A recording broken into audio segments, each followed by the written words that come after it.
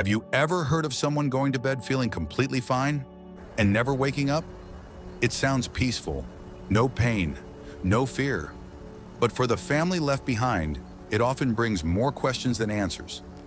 Just last week, a 71-year-old man, a father, a grandfather, someone who had dinner with his family, laughed and kissed his wife goodnight, went to bed like he had 1,000 times before.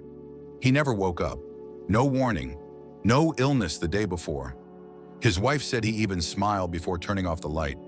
So what happened? After a full medical review, doctors found something deeply concerning.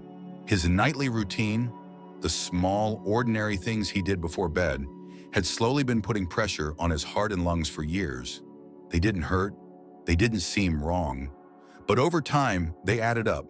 And one quiet night, they became too much. And here's the truth. Many seniors are unknowingly doing the exact same things every single night. Doctors now warn that certain bedtime habits can lower your heart rate too much, interrupt your breathing without you noticing, drop your blood pressure dangerously during sleep, and even increase your risk of stroke, silent heart failure, sleep apnea, or oxygen loss, especially after age 70.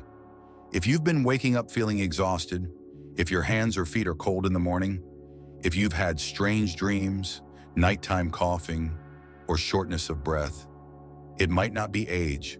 It might not be your mattress. It might be the things you're doing right before you close your eyes. And that's the part most people miss. Because these habits, they're not strange.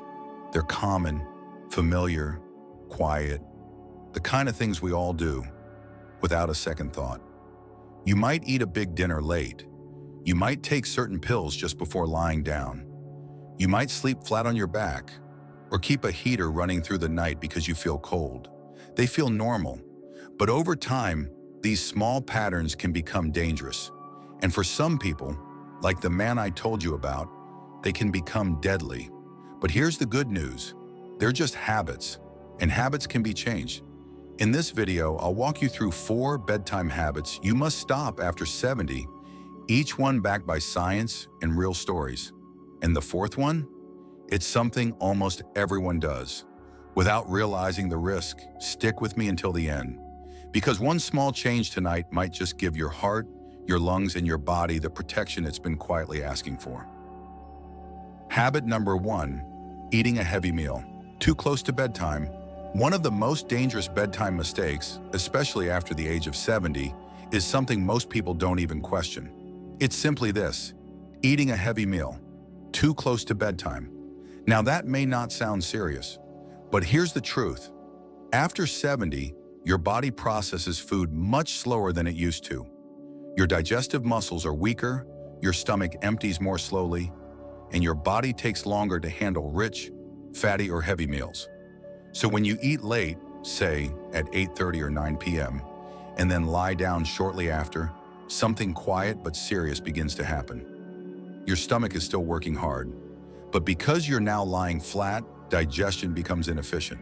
Food and acid can start to move the wrong direction, upward. That's where the real danger starts. This can silently trigger nighttime reflux, even if you don't feel heartburn. You might instead wake up coughing with a strange tightness in your chest. Some nights you feel like your breathing is shallower, like you're not getting enough air.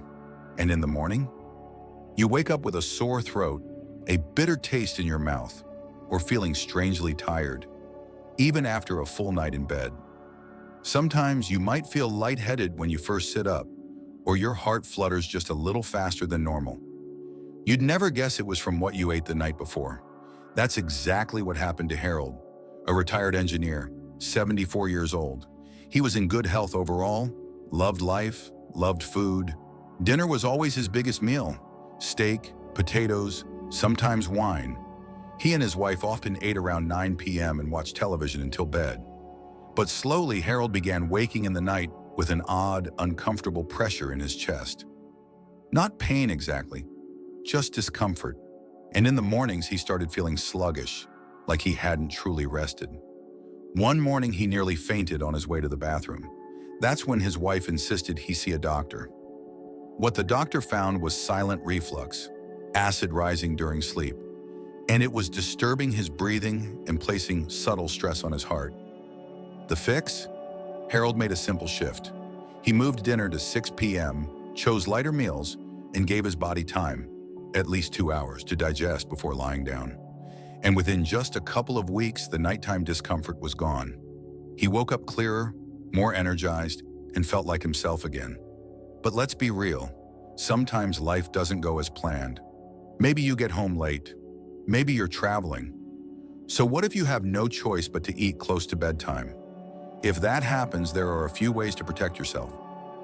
First, keep the meal light. Think soup, soft vegetables, maybe some grilled chicken or a bit of rice. Avoid anything fried, creamy, or spicy. Second, eat sitting upright. And once you finish, stay upright for at least 90 minutes. No lying down on the couch. No heading straight to bed. Even a short walk around the house can help.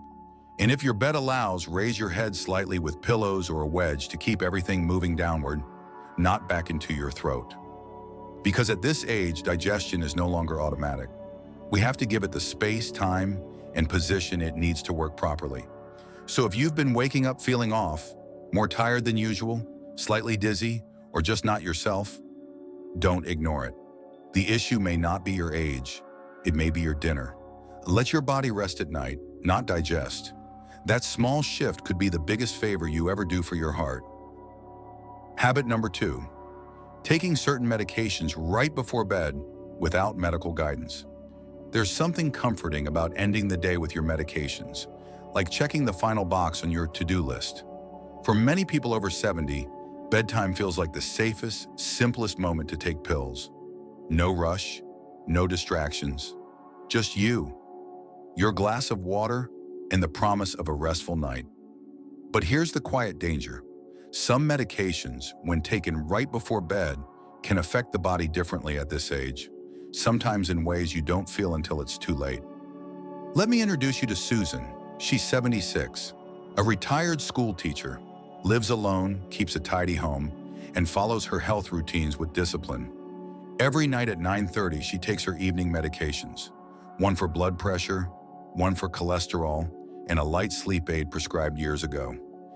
Then she brushes her teeth, dims the lights, and goes straight to bed.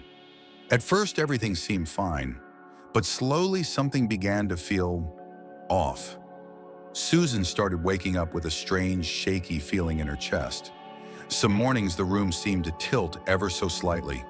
Her legs felt heavy, her hands were cold, her thoughts foggy, and once she blacked out for a few seconds walking to the bathroom. It scared her, but not enough to connect the dots, until her daughter noticed the change and took her to the doctor. What they found surprised her. Susan's blood pressure was dropping too low in the middle of the night.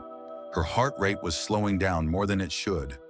The very pills meant to support her heart were quietly stressing it while she slept. You see, after 70, your body processes medications more slowly.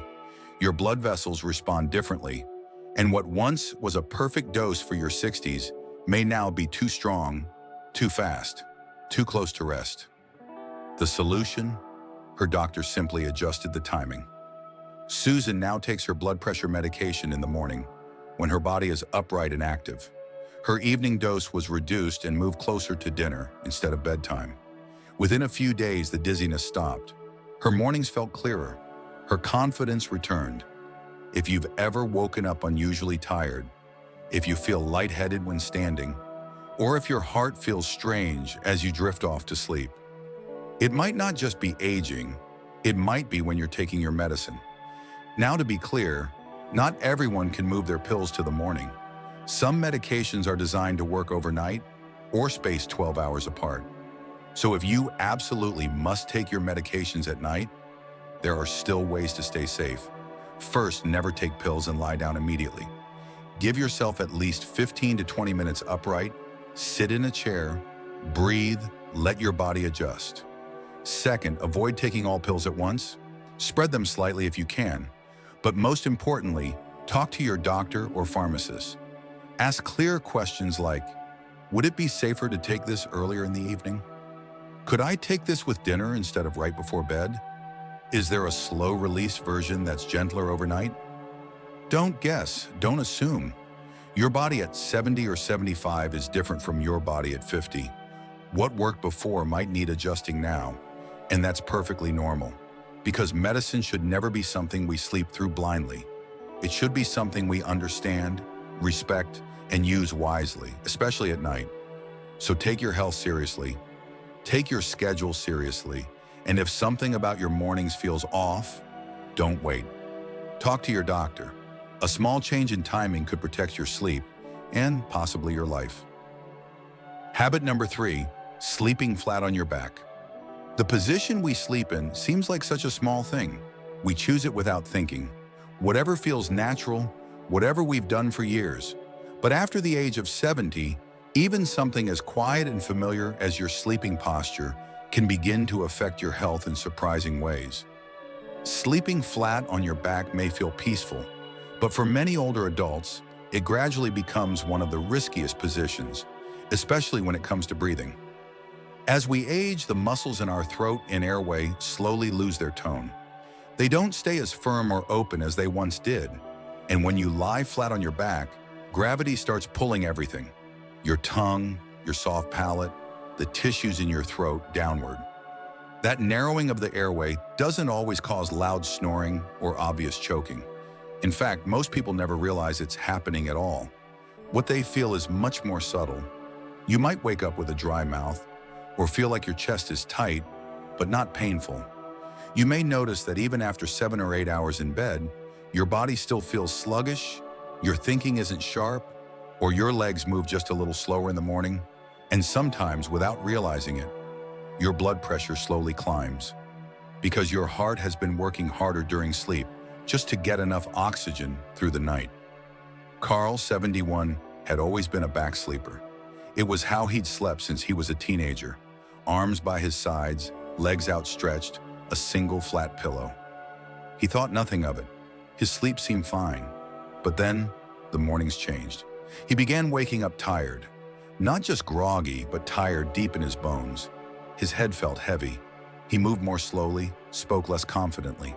His wife, who usually slept through the night, started waking up too, noticing long moments of silence between his breaths and then sudden snorts or gasps. Carl had never snored loudly. He didn't think anything was wrong.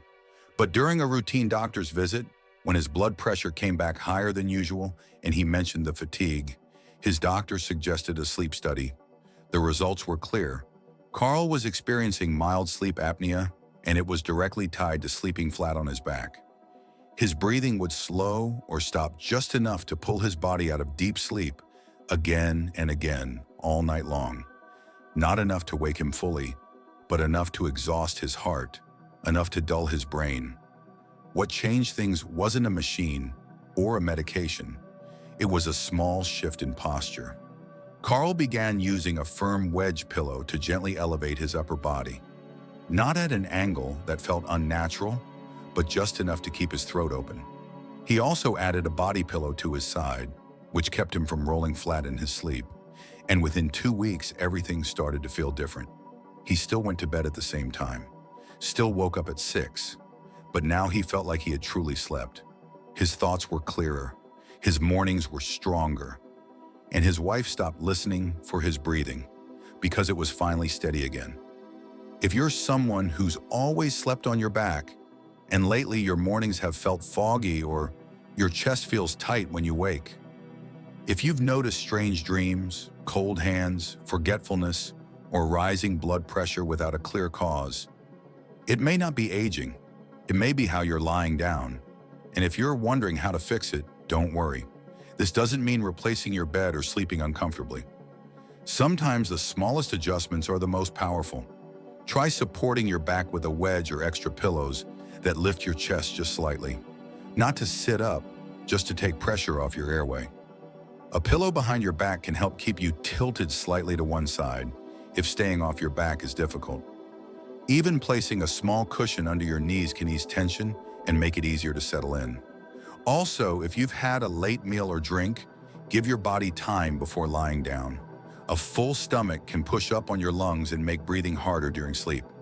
These are quiet changes, gentle changes, but they give your body what it needs most at night: room to breathe, space to recover, and a rhythm that doesn't need fixing in the morning. Carl didn't realize he was losing sleep, but once he gave his body the support it needed, he remembered what true rest felt like.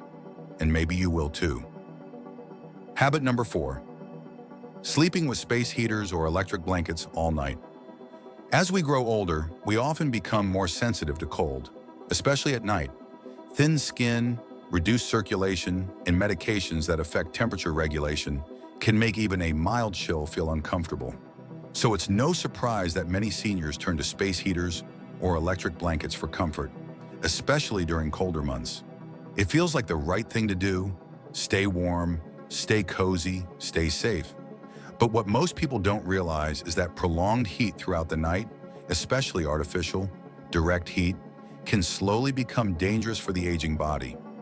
Unlike natural body warmth, external heating sources don't adjust to your body's needs. They keep delivering the same level of heat, even as your internal temperature rises during sleep. And that can lead to subtle dehydration, increased heart rate, shallow breathing, and pressure on the cardiovascular system without any warning. That's what happened to Dolores. She was 76, lived in a small apartment in a colder region, and had always been sensitive to the cold. Her children had gifted her a top-of-the-line electric blanket a few winters back, and every night she'd turn it on high, tuck herself in tightly, and fall asleep feeling perfectly warm. It felt like a blessing until the mornings changed. Dolores began waking up disoriented, dizzy, sometimes with a dry mouth and pounding pulse. At first, she thought it was her blood sugar, then maybe her medications. But everything checked out fine. Still, her energy was dropping. Her balance wasn't as steady, and one morning she stood up too quickly, fainted, and bruised her shoulder. When her doctor asked about her sleep, she mentioned the electric blanket, still on the highest setting, running all night long. And that's when the pieces fell into place. As we age, our body's ability to regulate temperature weakens. That means we may not sweat as much or notice when we're overheating. But the internal stress still builds.